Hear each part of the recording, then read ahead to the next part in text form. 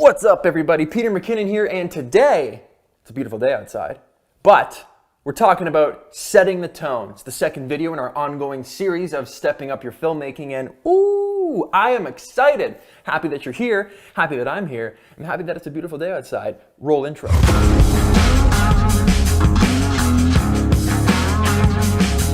Pete, you might be asking, what do you mean by set the tone? Well, I mean this. Essentially, setting the tone is your first impression.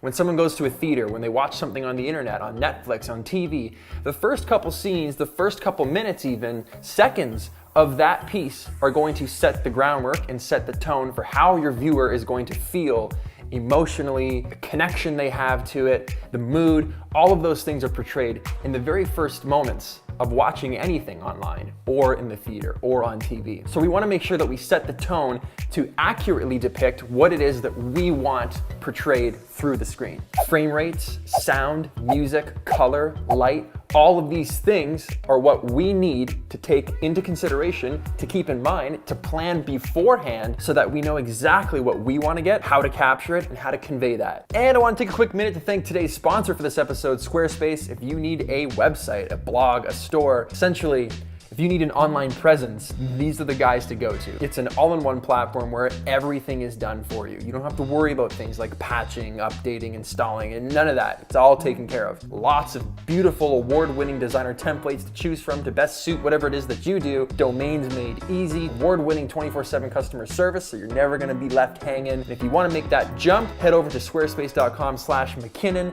enter code McKinnon at checkout, and save 10% off your first purchase. Okay, let's talk frame rates. How does a frame rate set the tone? How does it create a tone? How does it make someone feel something different just by changing a frame rate? I'm gonna show you a sequence of clips that was shot at 120 frames a second, and then I'm gonna show you that same sequence at 24 frames a second. I want you to visually see, without audio, without any music, what the difference is, how it makes you feel. Think about those things, okay? Here is the 24 frames a second clip.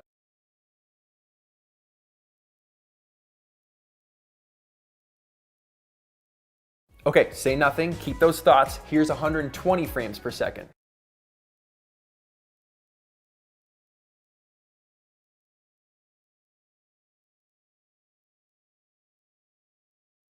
Okay, so you've seen both frame rates now. How do they make you feel? The 24 frames a second and the 120 frames a second. The 120 frames a second feels a little more cinematic, as we've talked about before. It's a little more slow, methodical. The 24 frames a second feels a little more like, okay, something's gonna happen and something's gonna happen quickly. Like this is going somewhere faster. Whereas the 121, you're like, this is slow, might be a bit boring. There's no audio, there's no music. What are we trying to say? So just already by you watching this same thing in a different frame rate, it's already communicated to you a different feeling. So when you're shooting something, you're thinking, I want something to be really intense and I want to catch people's attention right away. Well, chances are you're going to want to shoot at 24 frames a second to do that, now that you've experienced both clips. If you really want to convey stress or speed or intensity, you're gonna shoot at something like 24 frames a second because you want it to be fast. You want those cuts to be quick.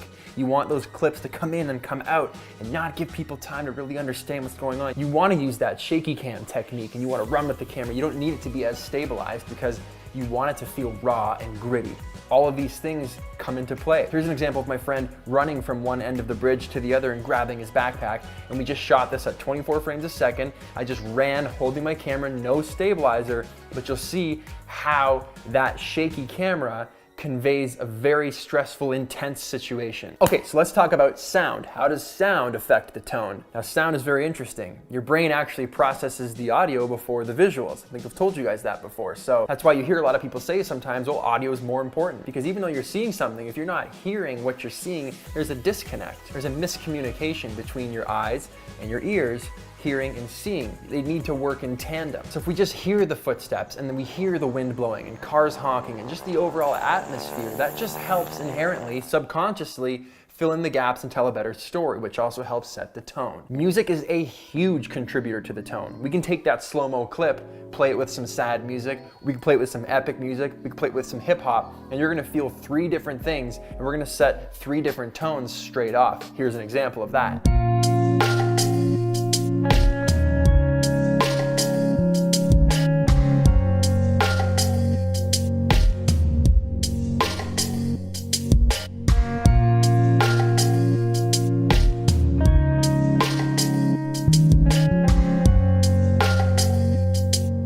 pretty sad, kind of lonely. The sad music goes with the slow-mo. It's kind of sleepy, and you're like, oh, all right, let's change it up a bit.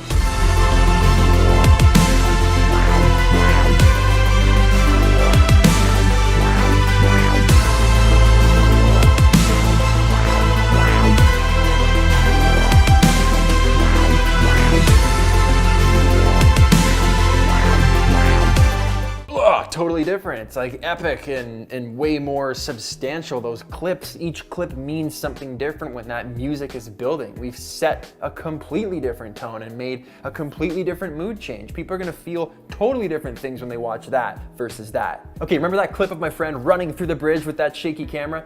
Now let's try that with some intense music to pair that shaky, intense camera shot with some intense music.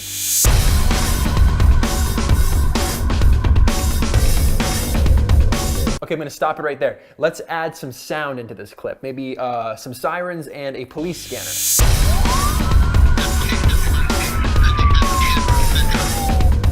Can you see now how the layers are adding and it's becoming more and more and more, right? So we shot at this intentional 24 frames a second. We intentionally ran to make that camera shaky and add that stress. To match that stress, we put in some stressful, intense music that has a very high beats per minute. Now we put in some sound effects, some sirens to go with that stress, like someone's being chased. We put in the police scanner sound effect. All of these things have now created this clip that really does set the tone so much better than it did before we had any of those things. And that's because we thought about the different aspects. We thought about those things before we shot them, and we went out and got exactly what we needed to get. Point number 3, how does light affect the tone? Well, take a look at the scene we're in right now. I'm in a living room, it's nice and bright and white and clean and happy, but if I do this, now I'm in a cold room. How different does this look? How different does this feel? Now we're surrounded by concrete. It's way more lifeless, it's way colder. It's a completely different vibe. It's a completely different tone. If this whole episode started like this. What's up guys? Peter McKinnon here, and today we're talking about how to set the tone. Different things in your videos that you can do to pull out different emotions from your viewers. Hope you guys enjoy it. Horrible. So boring and uninterested and depressing. Look where I am. Such a stark difference just in my inflections, just in where I'm standing, how I'm lit. You go back and watch the intro from the beginning. What's up everybody? Peter McKinnon here, and today, it's a beautiful day outside, but we're talking about setting the tone. It's the second video in our ongoing series of stepping up your filmmaking, and ooh, I am excited. We've set the tone completely different. This is gonna be a fun video. I might learn something here, opposed to what that was. You're gonna be like, oh, how long is this video? Nope, not sticking around. Okay, point number 4, we're gonna talk about color and how does color affect the tone? Well, that kind of comes into color grading. It's very cold outside when we shot that B-roll. So in turn, I kind of dropped those cool temperatures a little bit more towards the blue side to really get through that it feels and it looks like it's cold outside. Look at this footage I shot the other day at the beginning of my Q&A. I was out in the middle of a frozen lake. It was windy, super snowy and frozen.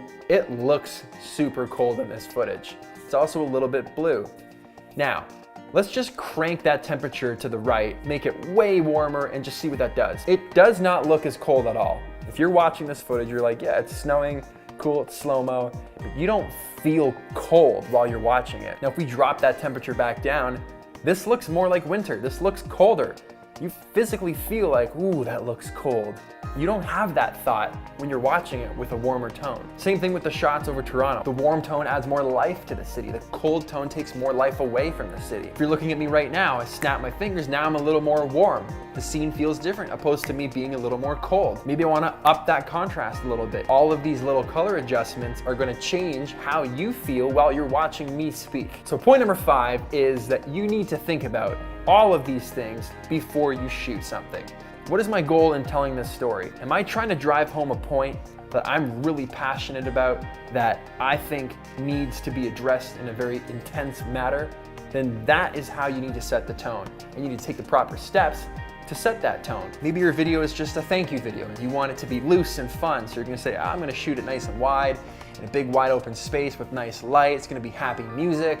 It's not gonna be colored too warm or too cold. I just want it to be neutral and relaxed. And that's exactly the mood that's gonna be conveyed while people are watching that. So you need to know what you want before you start shooting. You're gonna get the best results if you know what you want and you set out to do it by setting that tone. When someone watches something and there's intentionality behind it, it makes you feel good. Like, you know, thought was put into something. You know they shot that for a reason. You feel something for a reason. All of these things are subconsciously communicated to your audience and they feel better for it. It's gonna make people feel, and that is what we're trying to do. That's the goal. And that's where I'm gonna end it today, guys. Thank you so much for watching this video. I hope you learned something, and I hope you're inspired to go out there and think a little bit differently about all those different layers and how they can help you make better videos, okay? So hit that like button. Don't forget to subscribe if you aren't already, and I'll see you guys in the next video.